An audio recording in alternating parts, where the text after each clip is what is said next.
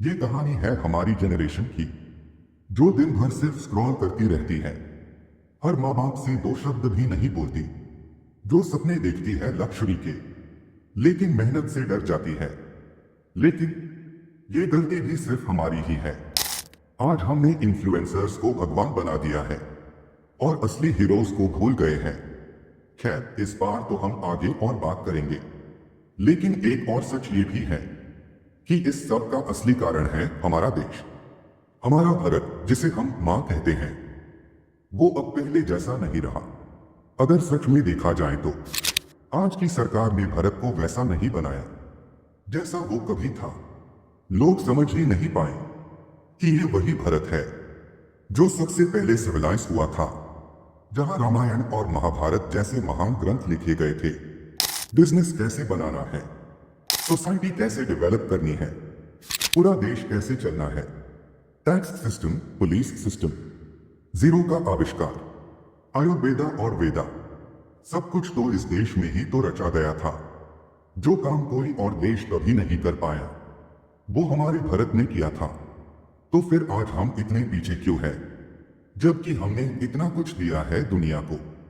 और यहां आती है बात हमारी इंडियन गवर्नमेंट की, जो आज भी हमसे बेकार के टैक्स ले रही है, जिसका सबसे बड़ा असर गरीब और मिडिल क्लास पर पड़ रहा है।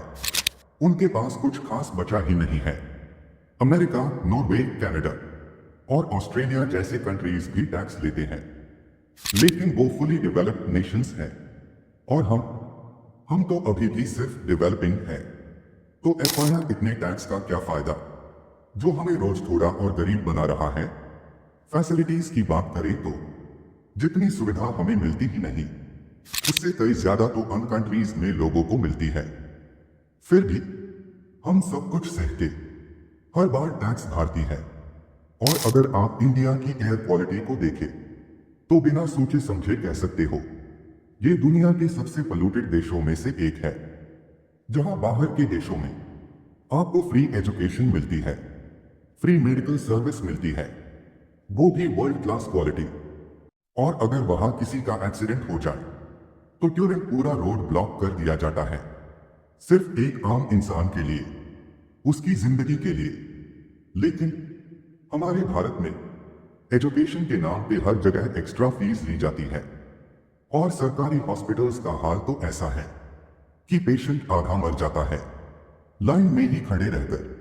टैक्स और एक्स्ट्रा चार्जेस तो हमें पूरी ईमानदारी से लिए जाते हैं, लेकिन उसके बदले वैसे फैसिलिटीज कभी नहीं मिलती।